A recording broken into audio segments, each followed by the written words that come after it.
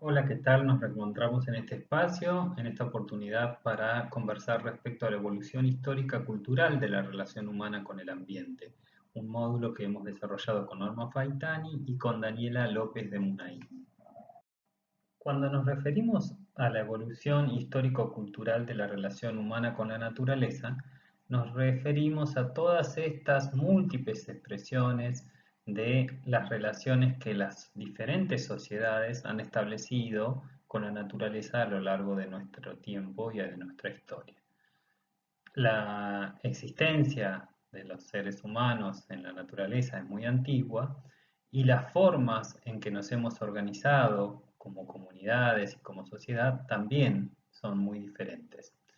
No podemos atribuir la misma relación con la naturaleza a aquellas comunidades cazadoras-recolectoras, ¿sí?, que aún existen en algunos lugares recónditos de nuestro planeta, con las formas en que se relacionaron las diferentes sociedades al inicio de la agricultura, ¿sí?, o de la revolución en la agricultura, y la domesticación de animales a la forma en que nos relacionamos hoy, por ejemplo, desde la sociedad occidental capitalista.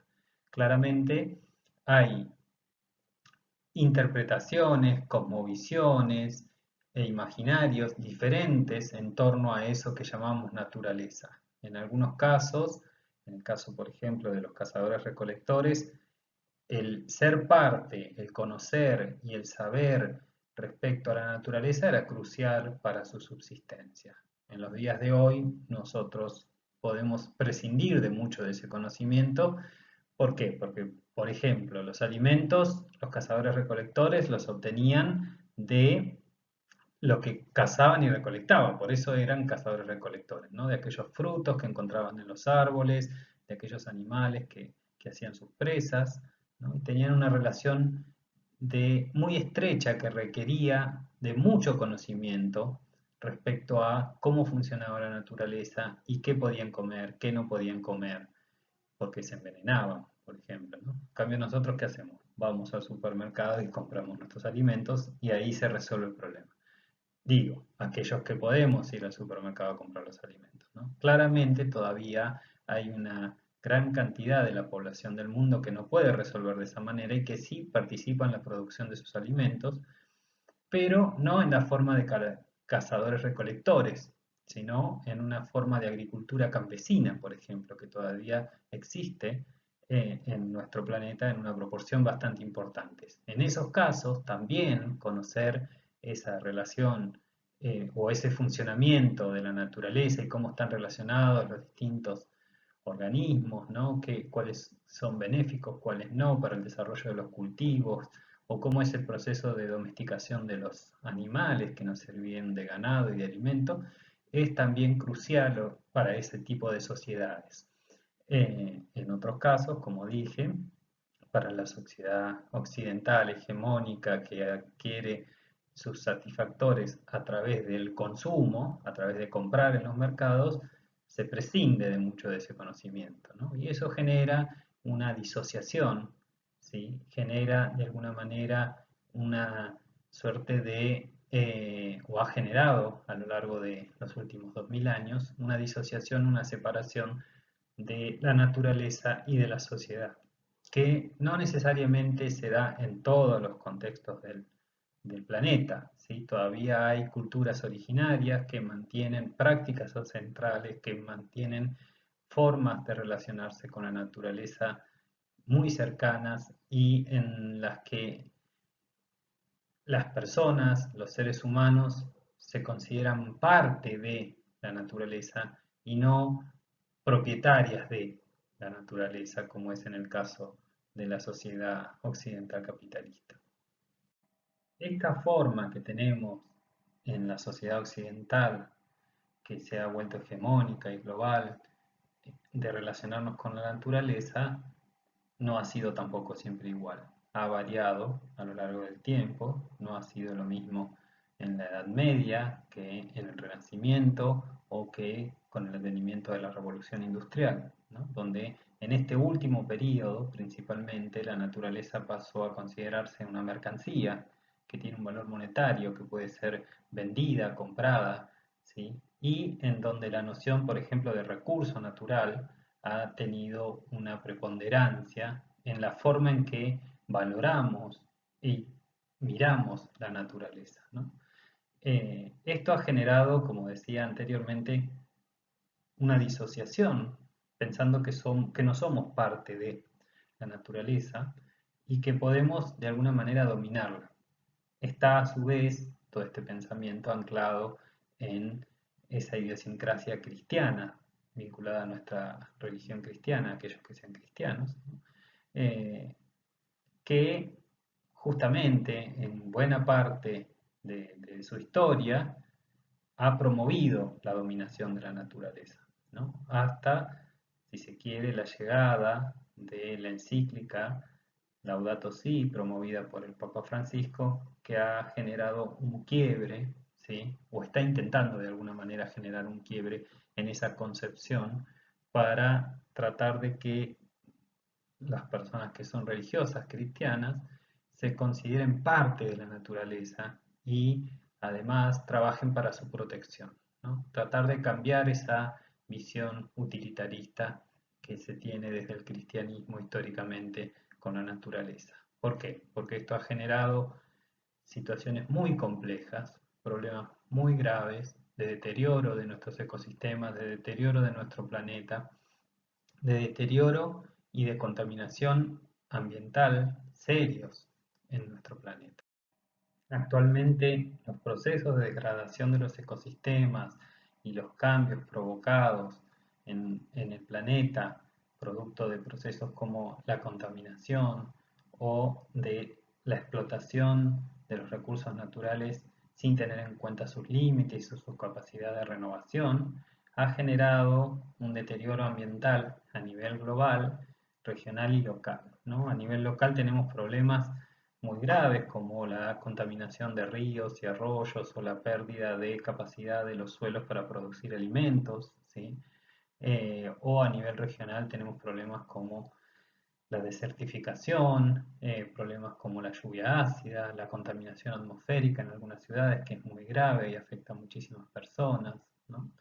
Y a nivel global, problemas como la pérdida de la capa de ozono o el cambio climático con todas las consecuencias que implica en términos de un aumento significativo de los fenómenos naturales que son muy perjudiciales para nosotros, como las inundaciones, las sequías, las altas precipitaciones en algunos lugares, los tsunamis y otros problemas que se asocian a las dinámicas que tiene el clima, ¿sí?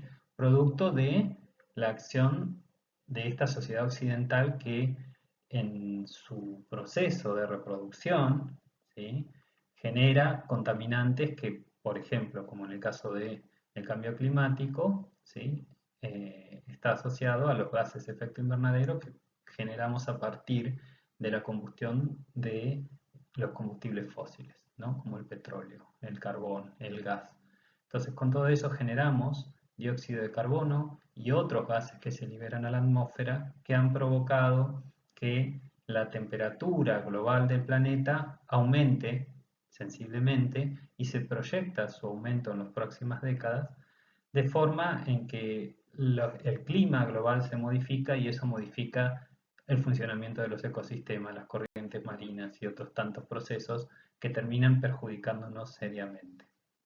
El deterioro ecosistémico tienen una repercusión directa en la vida de las personas, en la calidad de vida de las personas, pero también en la vida, porque hay actualmente millones de refugiados ambientales a lo largo del planeta, de personas que han tenido que irse de sus tierras porque ya sus tierras no son productivas o están contaminadas y no pueden darle sustento, ¿sí? O personas que han tenido que huir por grandes inundaciones y otros tantos problemas que son en una medida muy importante provocados por nuestro estilo de vida, por nuestra cultura, esta cultura que tenemos de pensar en que podemos de manera infinita ¿sí? Estar generando una presión sobre los recursos naturales, sobre la naturaleza, sobre los bienes comunes, como los quieran llamar, depende de en qué posición nos paremos, y que podemos mejorar nuestra calidad de vida de manera indefinida. Pero ese mejorar interpretado como cada vez consumo más, cada vez tengo más acceso a más productos y servicios, ¿sí? Que en su ciclo de vida, o sea, para producirlos, tienen un impacto importante en la naturaleza. Entonces, si no reflexionamos sobre los problemas que generamos como sociedad en este modelo capitalista que incentiva de manera indefinida el consumo, estamos en una situación compleja, ¿sí?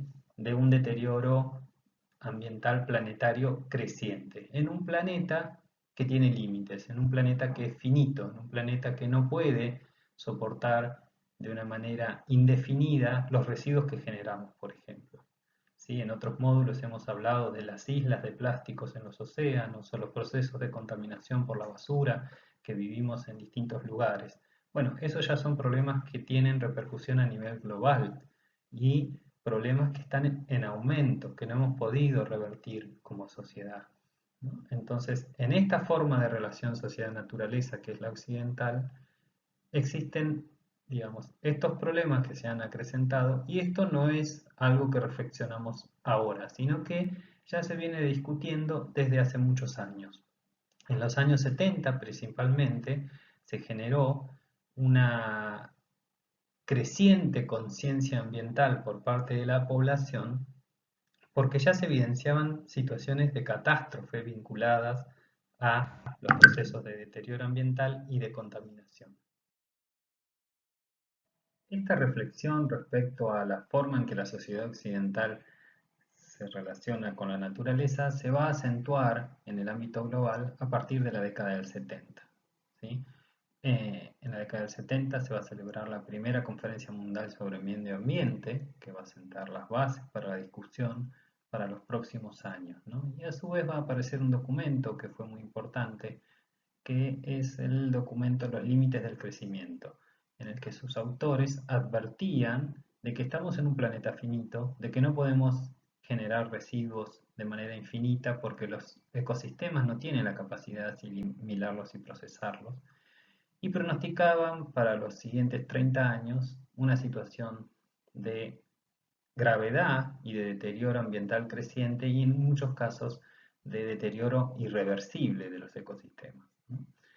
En esos años surge una discusión que va a dar lugar a lo que se llamó el ecodesarrollo, ¿sí? Que fue justamente una propuesta que trataba de eh, modificar, ¿sí? Esa noción de desarrollo capitalista hegemónica que promueve el consumo infinito, ¿sí? El crecimiento económico infinito como la única manera de superar nuestros problemas, ¿no?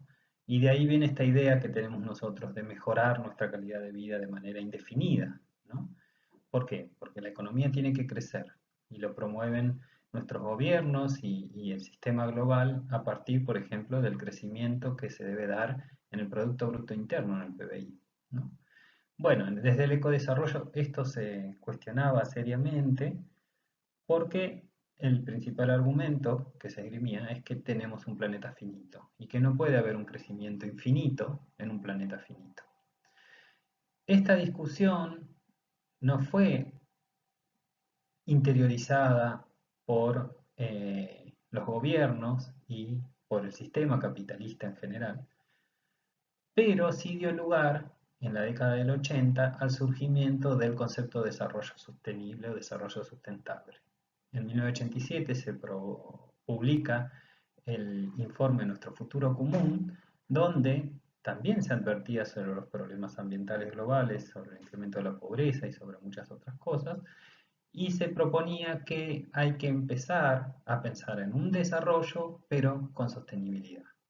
Esta idea toma más fuerza y protagonismo a partir de la Cumbre de la Tierra de Río de Janeiro de 1992, donde se van a firmar una serie de acuerdos a nivel internacional para incorporar la noción de desarrollo sustentable o sostenible en los diferentes países miembros de Naciones Unidas y que participaron en la Cumbre de la Tierra. A partir de esto, entonces, muchos países alrededor del mundo van a modificar sus constituciones nacionales y van a generar una nueva normativa en la que se van a incorporar principios como el principio contamina-paga, el principio precautorio y el concepto de desarrollo sostenible o de desarrollo sustentable, ¿no? Se va a tratar de abordar a los diferentes problemas, tanto ambientales en el ámbito rural, global, como en las ciudades, a partir de lo que fue la Agenda Verde y la Agenda Marrón, ¿sí?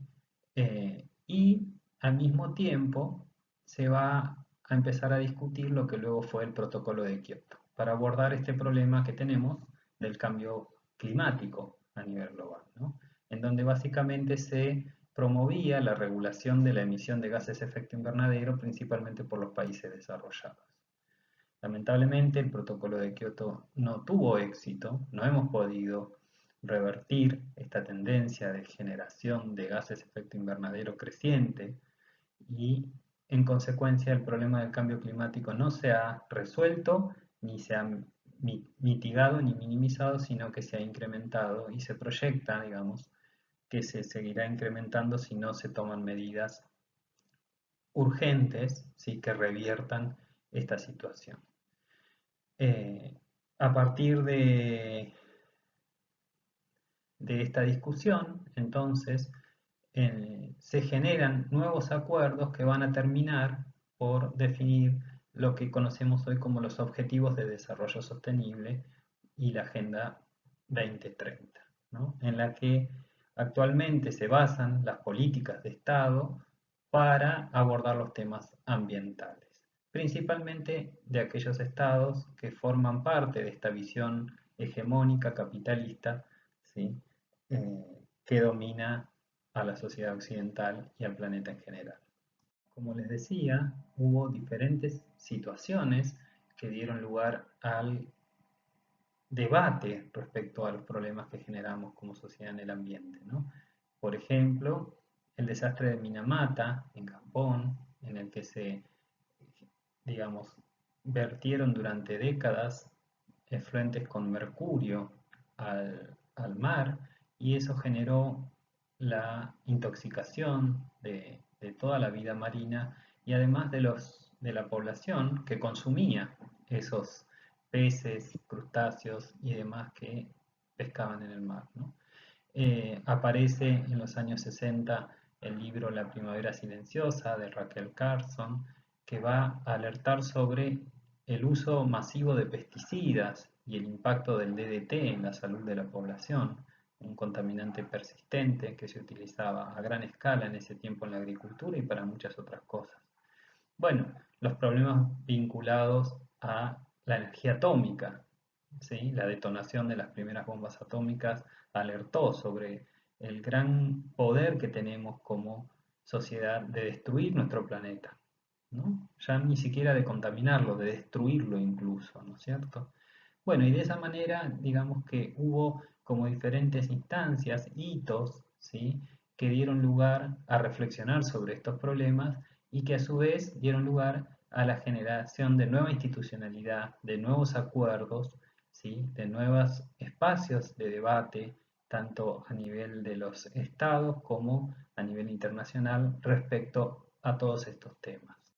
Sin embargo, el desarrollo sustentable no es lo único que nuestras sociedades han generado a partir del debate respecto a la relación sociedad-naturaleza y las consecuencias negativas que tiene esta forma particular que tenemos de sociedad occidental, de relacionarnos con la naturaleza. Hay otras formas de expresión que han surgido, como por ejemplo el ambientalismo popular. Es un movimiento que tiene diferentes expresiones, ¿sí?, pero en donde uno podría decir que muchos de los actores sociales postergados o afectados por el sistema capitalista y la forma en que, digamos, avanza sobre la naturaleza, han empezado a asumir conciencia y a reclamar por sus derechos. Esto que, por ejemplo, Martínez Alier llama el ecologismo de los pobres, ¿no? personas que ven amenazadas sus formas de subsistencia que están basadas en una relación muy estrecha con la naturaleza, ya sea porque son campesinos, agricultores o porque son pescadores, ¿no? Y que entonces la contaminación y el accionar de muchas industrias o corporaciones mineras o de distinto índole que realizan sus actividades sin tener un control preciso y sin evitar los impactos ambientales negativos, ¿no?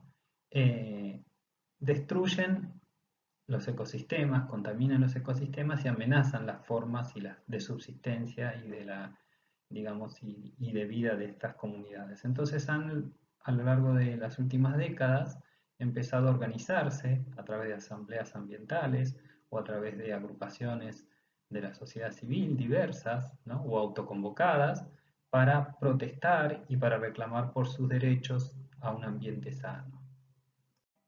Y estas organizaciones o movimientos por el ambiente han tenido diferentes expresiones a lo largo del tiempo. En los años 70, por ejemplo, dieron lugar en Europa a los partidos políticos verdes y a todo ese movimiento ambientalista, ¿no? Que dio lugar a la ecología política y a una discusión muy fuerte respecto a estos temas. Y en otros países, sobre todo del sur global, que son los más afectados por la acción de la extracción de recursos naturales, eh, se generaron movimientos autoconvocados, asamblearios, ¿sí? Y organizaciones de la sociedad civil que, como decía, están velando por la protección del ambiente porque al mismo tiempo es la protección de su forma de vida y de su subsistencia y porque tienen una vinculación cultural con la naturaleza que muchas veces es diferente a la que se promueve desde la hegemonía capitalista. Estas organizaciones muchas veces son no gubernamentales, como las diferentes ONGs, ¿sí? O muchas veces también promovidas desde los gobiernos locales o gobiernos nacionales e intergubernamentales, o sea, promovidas por acuerdos internacionales. Y en otros casos, como decíamos, no, son autoconvocadas o son generadas por la misma sociedad civil, por los mismos vecinos que responden frente a una situación en la que ven amenazada su calidad de vida o su reproducción de la vida, ¿no? Y bueno, y así en nuestro país tenemos muchas muestras de asambleas que dicen no a la mina, o que dicen el agua vale más que el oro, o que defienden en el ambiente urbano el ambiente un derecho sano, ¿sí? Frente a situaciones de contaminación, o que defienden, ¿no? Los que consideramos los bienes comunes, ¿sí? Por la acción de diferentes corporaciones que eventualmente pueden amenazarlos porque les interesa como un recurso económico, pero al mismo tiempo porque es parte, digamos, de este modo de vida que tenemos. Nosotros consumimos, nosotros en este proceso de vivir cotidianamente consumimos y de algún lado tienen que salir esos productos que consumimos. Claro, el tema es, en última instancia, cómo los consumimos. Si hay diferentes versiones de cómo podemos producir algo, ¿sí? Si nos centramos en los alimentos, por ejemplo, no es lo mismo la agricultura industrial de monocultivo con uso intensivo de agrotóxicos o agroquímicos, ¿sí? Que la producción campesina. O sea, son formas diferentes de obtener el alimento, son formas diferentes de satisfacer nuestras necesidades las que están en discusión. Y muchas veces eso genera lo que conocemos como conflictos ambientales, ¿no? Esos conflictos que cada vez tienen más protagonismo en la agenda política global, porque la población ya no simplemente acepta que se produzca el deterioro ambiental, sino que se opone, sino que pide alternativas o soluciones diferentes para satisfacer nuestras necesidades que no necesariamente acaben con los ecosistemas o con sus formas de subsistencia. Hay múltiples experiencias de asambleas a lo largo del país y en Latinoamérica y cada vez son más informadas y mejor organizadas en torno al reclamo de sus derechos. Y como les decía, el desarrollo sustentable no es la única opción. También ha surgido desde América Latina principalmente de los pueblos originarios andinos, esta propuesta del buen vivir, una propuesta que asume premisas diferentes a las del desarrollo sustentable. El buen vivir propone una forma completamente diferente de relación con la naturaleza que la que propone el desarrollo sustentable. ¿Por qué? Porque el buen vivir en principio considera que las personas somos parte de la naturaleza y no que la naturaleza está ahí como un recurso del que podemos valernos, ¿sí?, para la producción. No. Además, digamos, parte de la idea de que debemos establecer una relación armónica con la naturaleza, porque de otra manera afectamos nuestra propia base de subsistencia, ¿ok? Porque es de ahí de donde nosotros sacamos nuestros alimentos, es de ahí de donde sacamos todo aquello que necesitamos para vivir. O sea, más allá de que la ciencia y la tecnología generen respuestas y soluciones a muchos problemas y que puedan desarrollar nuevos materiales, siempre la base de esos nuevos materiales o de esas respuestas requieren de lo que extraemos de la naturaleza para poder desarrollarse e implementarse. O sea, no podemos vivir sin naturaleza. Esa es una falacia que genera un desentendimiento muy grave y consecuencias muy graves en la forma en que nosotros nos relacionamos con la naturaleza, ¿no? Entonces, el buen vivir es una propuesta que recoge el saber de algunos pueblos originarios andinos,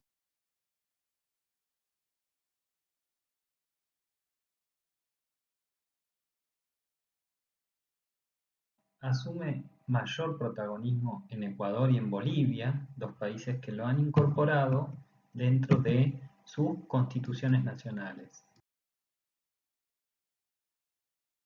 Esta incorporación difiere sustantivamente de la que realizan otros países como Argentina, que incorporan el desarrollo sustentable, ¿no? Ese desarrollo sustentable que cabe aclarar que es un concepto que se considera por muchos sectores de la academia como un concepto viciado, vacío de contenido y contradictorio. Un concepto que hasta el día de hoy sigue siendo objeto de discusión. ¿Por qué? Porque esto que planteábamos, no se puede plantear un desarrollo infinito, un crecimiento económico infinito en un país y en un planeta que claramente tiene límites, ¿no? Que tiene límites que no podemos sobrepasar aunque lo pretendamos. En el caso argentino también hay algunas expresiones del buen vivir, a pesar de que no tienen protagonismo dentro de lo que sería la esfera del Estado, ¿sí? O no se refleja en políticas y no se refleja en leyes o normas. Hay algunas comunidades, ¿sí?, como la comunidad indígena de Amaicha del Valle en Tucumán, que ha intentado adoptar el buen vivir como su forma de relacionarse con la naturaleza, ¿no? No, digamos, no está exento de contradicciones ni de dificultades, porque claro, vivimos en un planeta que es esencialmente capitalista, donde el modelo capitalista es hegemónico, ¿no? Y entonces el desafío es ver si puede coexistir esta idea con el capitalismo, ¿no?